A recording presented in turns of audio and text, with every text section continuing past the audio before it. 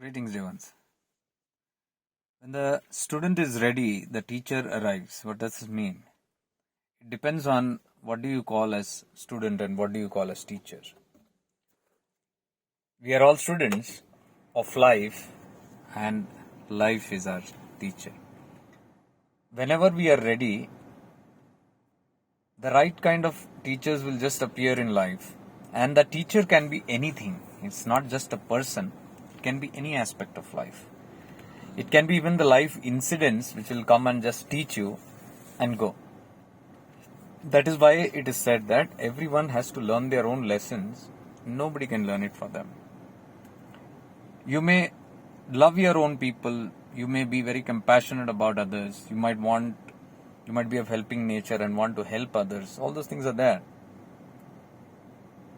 But unless that person has become a student and is willing to learn from whatever the life challenges are, nothing can happen. If the person is undergoing some trouble in life and is seeking some kind of a help, where that help seeking is coming from a full responsibility that that person is taking, and it's not to avoid that life lesson, but one wants to transcend it and wants a solution very keenly, very sincerely, and for that, one's inner seeking is so sincere, then teachers will just appear in life. It's my personal experience. How will one know whether that person is a student and ready to learn? Because that person will be open to learning, open to all the messages, open to everything in life. Very open, very receptive. So when that person becomes that way, that's a hint that this person is ready now to learn the lesson, and life sends someone or the other or something or the other or some incident, something will happen, and solutions will come. But nobody can avert that life lesson because you have a liking for that person or you have attachment to that person. So because if you are attached to somebody and you don't want them to suffer, or you don't want them to undergo any kind of hardship or trouble, and if you try to take care of the situations, you will see that it doesn't happen. Even if it happens, it's very temporary. How many times have you healed people? How many times have you tried to help others? How many times maybe you have paid somebody's bills out of compassion? Maybe you brought ration for somebody. Maybe you did anything and everything for others in some or the other way. Maybe they were not able to pay for something and you paid for it. Something or the other. Or you paid for a course for that person. Something, you sponsored for a course, let's say. You did that out of compassion because you don't want somebody to suffer, or you want to help that person because you are seeing that genuine suffering of that person. Now, genuine in the sense from your end it's genuine, but from that person's end, is that suffering very genuine, or is it victimized suffering, or is it like I want to learn something out of it? If somebody wants to learn out of it, their first focus will be what is the message that life is giving them. What is the life lesson in that, hidden in that? If they catch the life lesson, that means they are going to the root of the problem, and they'll see that they are also participating somewhere or the other in that problem, whatever it might be. It might be financial crunches, it might be health reasons, it might be relationship problems, any kind of problems. They will have an active participation. Even if not very active, a passive participation, because it could be some past life karma, something or the other, but they will have responsibility in that. Now, if they understand that in some terms, whether they know this philosophically or not, but if they just understand this, and then there is a seeking for a solution, they will quickly adhere to that solution, whether you give it, anybody gives it, or anything.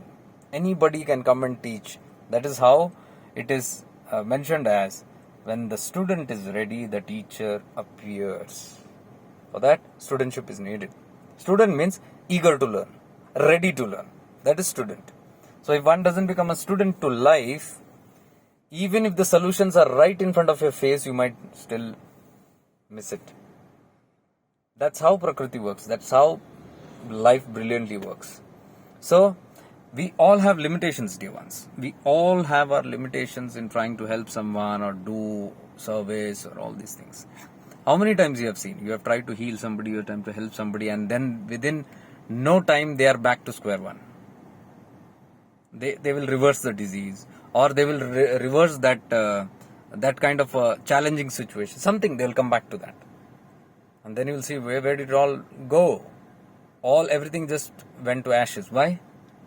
Because the students is not ready there, and even if the lesson is right in front of their life, they will not be able to catch it. So the lessons will be missed, and the life incident will simply repeat itself. That's how it goes. If life lessons are not caught, it will simply repeat itself. So if somebody doesn't want a repetition, they go into the root. Or if they go into the root, to the source, by active participation, then they are not going to repeat that life lesson. As simple as that. This prakriya, this process, nobody can interfere and change. That's how life works. Even if you change, you'll see it is coming back to square one.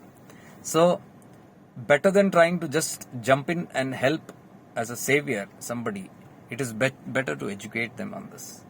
Make them more aware of these kind of topics and make them aware of the source of their problem, root of their problem. Try to educate them on the life lessons and what is karma and all those things and their participation. And that's the best you can do. And then after that, if you try to help, maybe it can help. But without that, if you are just overwhelmed and you don't want, out of attachment or moha, infatuation, you want to dodge that, make that person dodge a life lesson, there are possibilities that life lesson might come to you also. That's how the law of karma is. If you interfere, karma can neither be created or destroyed. This is just a process, one which is a cause and effect is just going on. It's continuously cause and effect is going on. So you are in the process of that cause and effect. Even right now, if I'm sitting here, there is a cause. Because there is, like for example, this video. I have to make this video, that is why I'm sitting here. And I'm making this video because I'm sitting here. It goes on this way. So karma goes in this way. It cannot be destroyed. This process cannot be destroyed. It can be annihilated. So if you try to peek in or interfere into somebody else's life drama or somebody else's life lesson, chances are that life lesson will come to you. It's like, okay, fine. And this person doesn't want it. I need to go somewhere. Karma says, I need to go somewhere. I need to just sort this out. So maybe if you are interfering in that and getting it done, it will move to you. That is how you can see many saints, many Mahapurushas, enlightened beings. How they take on karma of others is by this interference. It's called direct interference. So this is how the law works. It works with everybody. So instead of just jumping in without thinking and try to desperately help a desperate person, it is better to calm down, look back, and then investigate the situation, make them aware of the thing. That is what I used to always do in my personal consultations. I'm not doing it anymore, but this was how I used to do. Make them aware of the thing, show them the light, and make them participate in their life drama. And make them see, make them aware, make them seek the solution, give them hints, move towards that. This is the best way you can help your loved ones than direct jumping into. Sometimes when you jump into the lake, the drowning person, to save the drowning person, chances are you also can get drowned. Because that person is desperate for life. He will just climb on your back and not understand that you are getting suffocated. So that's how it happens when it's very desperate. And desperate means not thinking, an unaware, unconscious state of mind, desperate. So you shouldn't be desperate. You shouldn't be restless. You should be in a state of awareness. For that, you keep practicing this awareness all the time, as much as you can, so that you can help yourself first and then help others and be a light to others. Much divine love and light to you. Stay blessed.